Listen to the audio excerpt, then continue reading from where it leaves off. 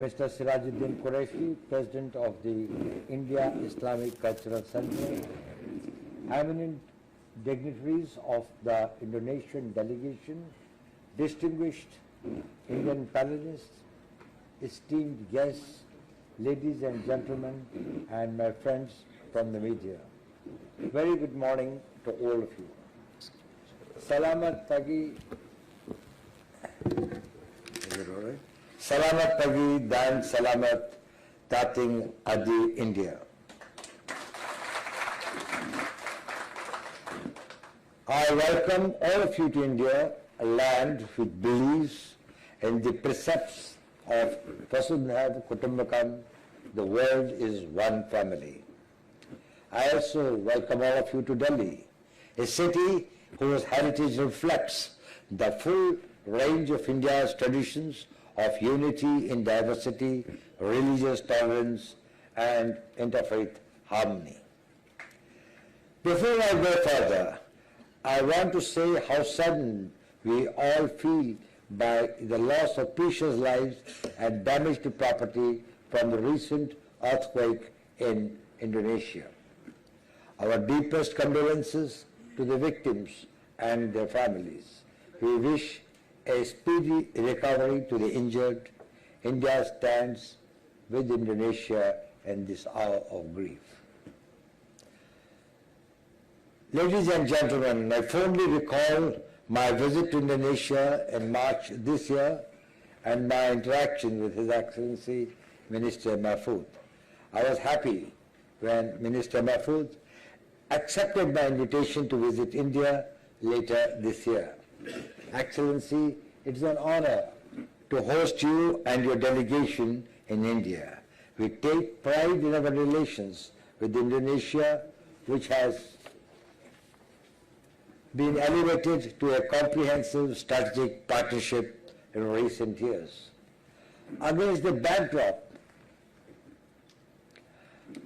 of tectonic shift in the global order, India and Indonesia, given their rich history, diversity, shared traditions, and increasing bilateralism, have the potential to enhance prospects of peace, regional cooperation, and prosperity in Asia.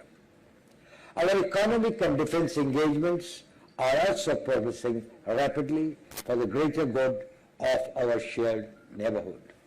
Your visit today is a very important milestone in our emerging and promising relationship.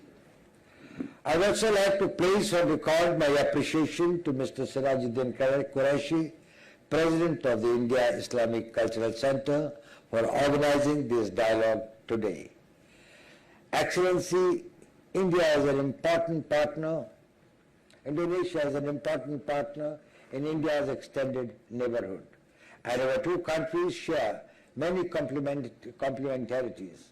We have had vast and extended cultural, economic, and spiritual contacts for 1600 years up to the 14th century.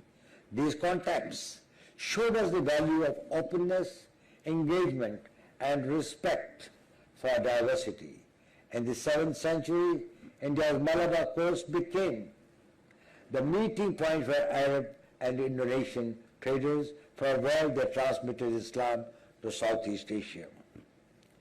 It is said that Javis from Indonesia had great influence in trade in Calicut.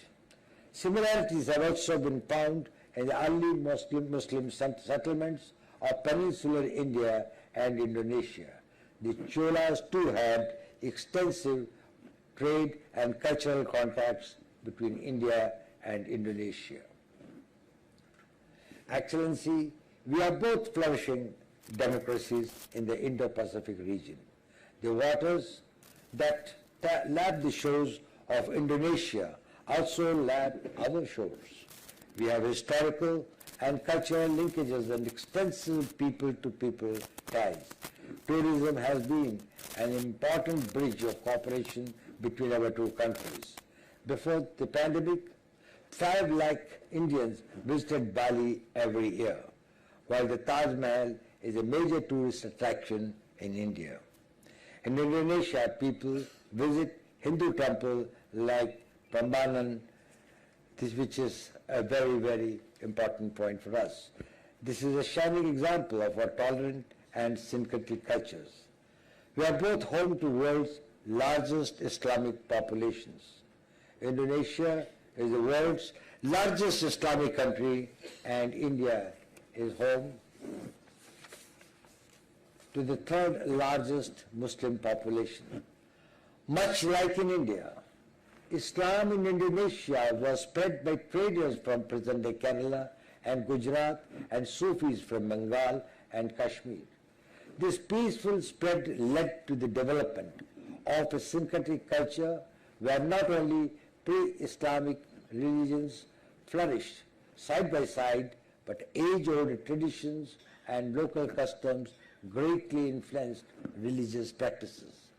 Today, in this hall, we may speak different languages, but we share a common desire for peace and harmony. Our dialogue today is a vital medium to help us achieve that objective. Excellency, it is crucial that we share and understand the historical and cultural context of Islam in our respective countries, which have peaceful and tolerant underpinnings. It is significant that Islamic theological schools of Deobandism, Barelvism and Sufism took deep roots in India. Later, these practices and traditions spread to other Islamic nations. Abd al-Rauf al-Sinki in the 17th century is credited to have brought Sufi Kshatriya tradition to Indonesia from India. It is in this context, Excellency, your idea to bring a high-level ulama delegation, the national treasures, to India is apt and extremely important. As you all are aware, both our countries have been victims of terrorism and separatism, while we have overcome the challenges to a considerable extent. The phenomenon of cross-border terrorism and ISIS-inspired terrorism continues to pose a threat. Cooperation of the civil society is essential in countering the threat from ISIS-inspired individual terror cells and returnees from theaters like Syria and Afghanistan. The ulamas play a very important role in Islamic society. The aim of today's discussions is to bring together Indian and Indonesian ulama and scholars who can take forward our cooperation in promoting tolerance, harmony, and peaceful cooperation. This will bolster the fight against violent extremism, terrorism, and radicalization. None of the ends for which extremism, radicalization, and the misuse of religion are employed are justifiable on any ground. This is a distortion of religion against all of us, which all of us also need to raise our voice effectively. Extremism and terrorism is against the very meaning of Islam, because Islam means peace and well-being. Opposition to such forces should not be painted as a confrontation with any religion. Instead, we should focus on the real message of our religions, which stand for the values of humanism, peace, and understanding.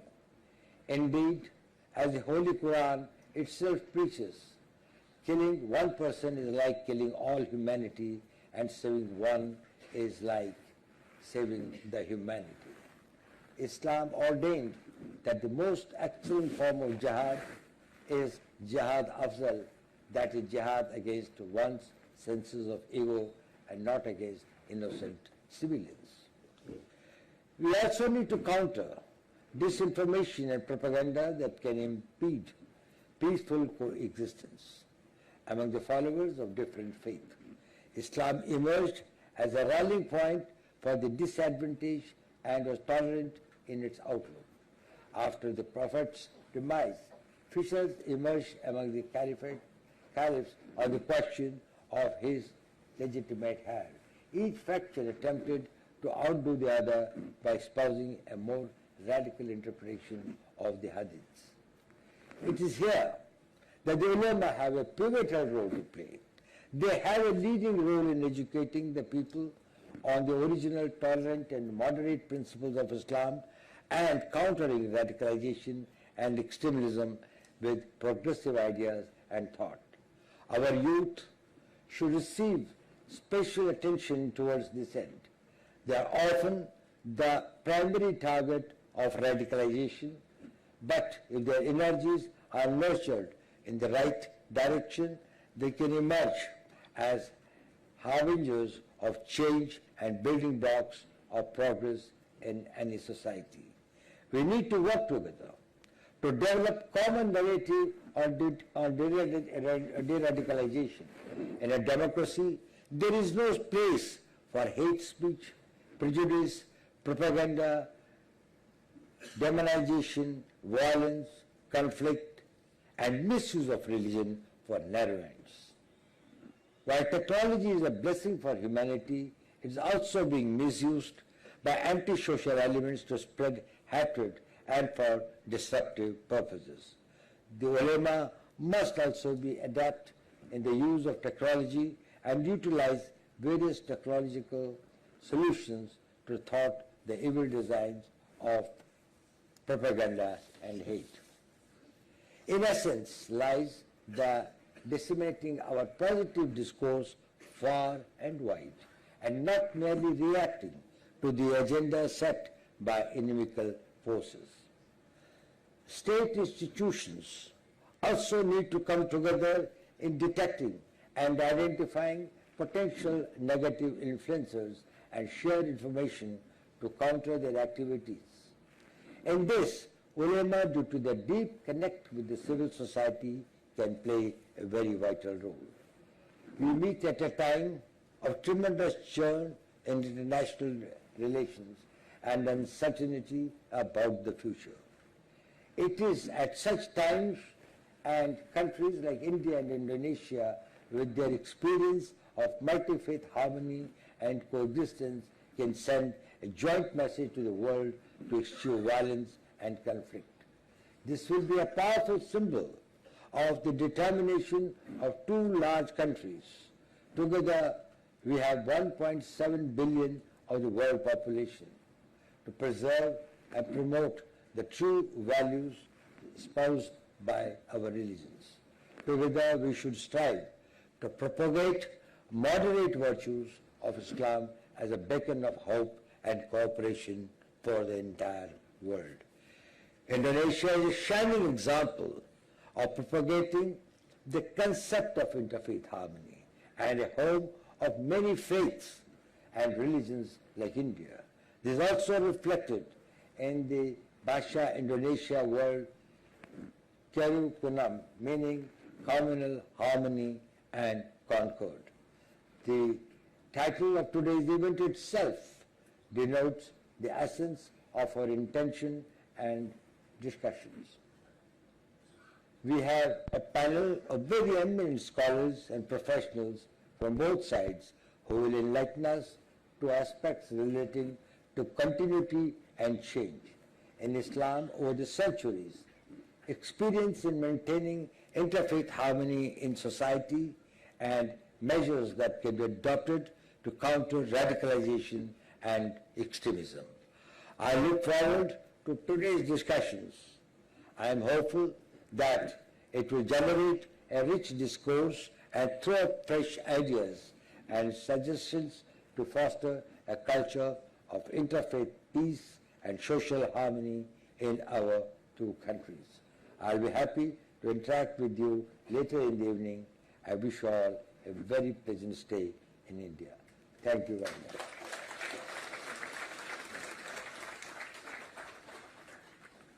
Thank you very much, sir, for reiterating the warmth of India-Indonesia relationship and underscoring our shared desire for peace. And now I It's my utmost pleasure to welcome His Excellency Professor Dr. Muhammad Mahfood, MD, Coordinating Minister for Political, Legal and Security Affairs, Indonesia, for the keynote address. Sir.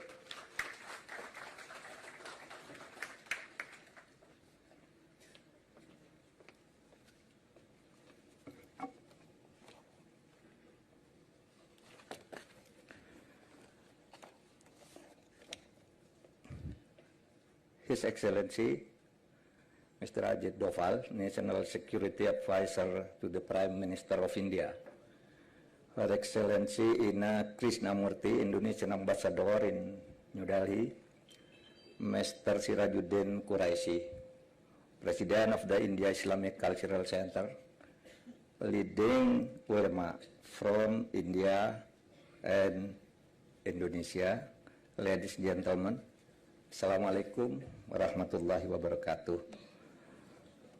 Please allow me at the beginning to express my appreciation to His Excellency Mr. Ajit Doval for inviting me to come to India with a delegation of ulama. The same appreciation goes to Mr. Sirajuddin Quraisy, President of the India Islamic Cultural Center, for hosting this event and for the people who have worked hard to organize this interfaith dialogue. It's really great pleasure for me to deliver my keynote address on this very important occasion. The idea to have this meeting was started when my dear friend, His Excellency Ajit Doval, discussed this idea with me during our bilateral meeting in Jakarta last March. The purpose is to provide an opportunity for ulama from India and Indonesia, as well as representatives of other faiths in India, to discuss things on how religious leaders could help foster culture of peace and social harmony in an interfaith society. Ladies and gentlemen, I am pleased that I come here with 5 leading ulama from Indonesia. They are representative of different Islamic organizations, namely Nahdlatul Ulama, Muhammadiyah, Wahdah Islamiyah, and the Indonesian Ulama Council, Majelis Ulama, Al-Majlis Al-Ulama Al-Indonesia. These organizations are just few of many Islamic organizations in Indonesia. They may represent different views, but they have a common commitment to uphold Islamic principles and at the same time safeguard the unity of Indonesia. They have been working for years through their books, articles, and preachings to promote tolerance, moderation, and peaceful coexistence. I have read their works and personally invited them to come with me to India today. They are Professor Maskuri Abdullah from Nahdlatul Ulama. Stand up, please. Pak. Yeah. Professor Abdul Mukti from Muhammadiyah. Dr. Muhammad Zaitun Rasmin from Wahdah Islamiyah. Dr. Abdul Muqsid Ghazali from Nahdlatul Ulama also, and Dr. Muhammad Khalil Nafis from Indonesian Ulama Council. Not only that, I am also pleased to inform you that in my delegation we have representatives from other faiths in Indonesia. In Indonesia, together with the religious communities the state also manages religious affairs. In the Ministry of Religious Affairs, officials from different faiths are appointed to oversee religious matters. I invited 3 of them to come with me today. They are Professor Inengah Dueja. Stand up, please. Dr. Jene Mari Tulung and Mr. Adiarto Sumarjono, who respectively represent the Hindu, Christian, and Catholic religions. I believe that conversation and discussion like what we are doing right now give us opportunities to learn from each other, to be inspired by best practices in preserving a peaceful and harmonious societies. Many times we have witnessed people who use their religion as a doctrine of absolute truth and readily blame others. We have to go out of this and improve. Religion, I think, should be a source of peace, not a reason for discord, conflict, or violence. Religion should be a unifying tool, not a divisive instrument. Our world is facing difficult challenges, ranging from poverty, climate change, food insecurity, pandemic, corruption, unemployment, armed conflicts, income inequality, human rights abuses, to name but a few. Where are religions when the world fights against all these common concerns? Religion must be part of global solution to address those challenges. Ladies and gentlemen, let me tell you a little bit about my country, Indonesia. We have more than 17,500 islands, with more than 275 million people, 714 tribes, also more than 1,100 local languages, and many religions and faiths. Freedom of religion and the believers are protected by the state of those many religions, 6 are mentioned in the national administrative laws. Indonesia is a pluralistic in many ways, but its people are bound by the state ideology Pancasila. Pancasila is the 5 basic principles of the state of the Republic of Indonesia, namely belief in God, humanity, unity, democracy, and social justice. As a very pluralistic nation, we have many differences and challenges are there.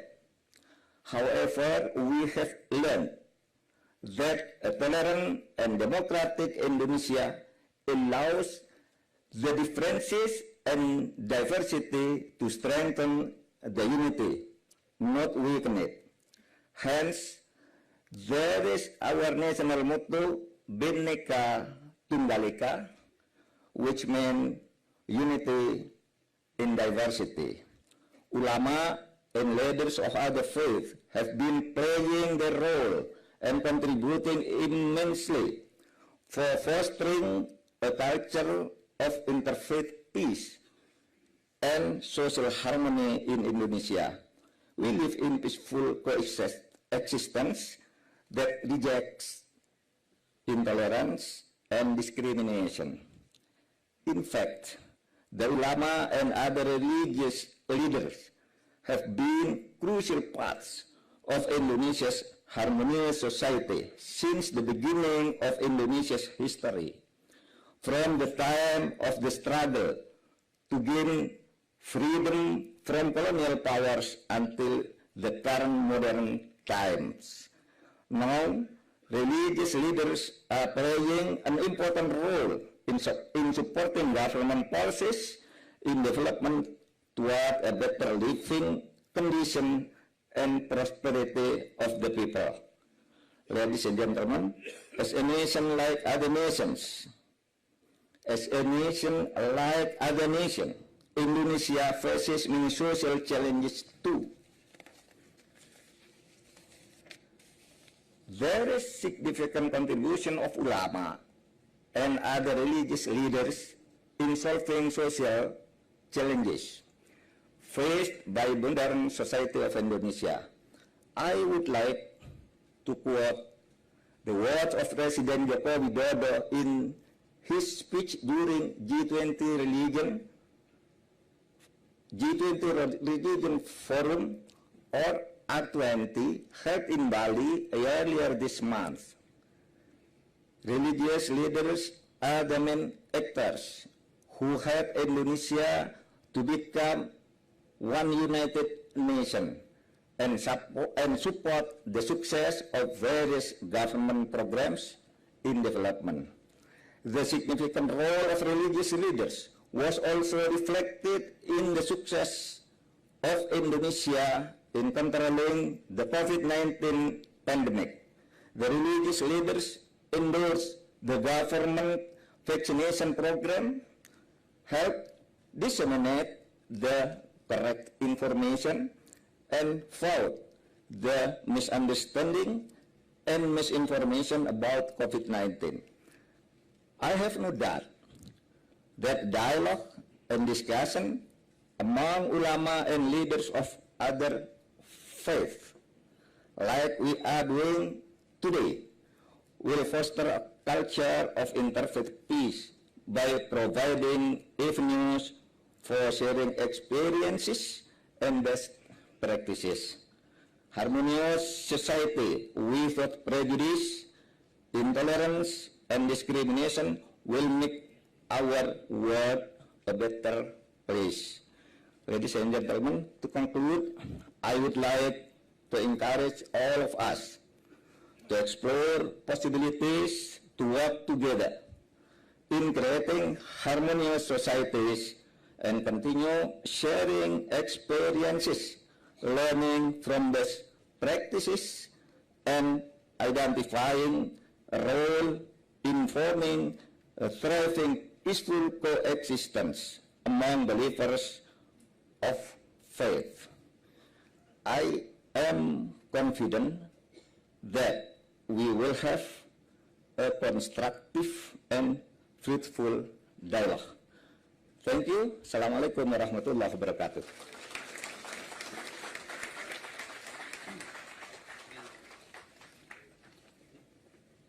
Thank you very much, His Excellency, for sharing your vision for global peace and coexistence with us. That brings us to the close of this opening session. The chief guests will depart now, and I request everyone else to be please seated for the next session to begin, which will be here right away. Thank you so much for being patient with us, and thank you so much for listening. The next session is on Islam, Continuity and Change.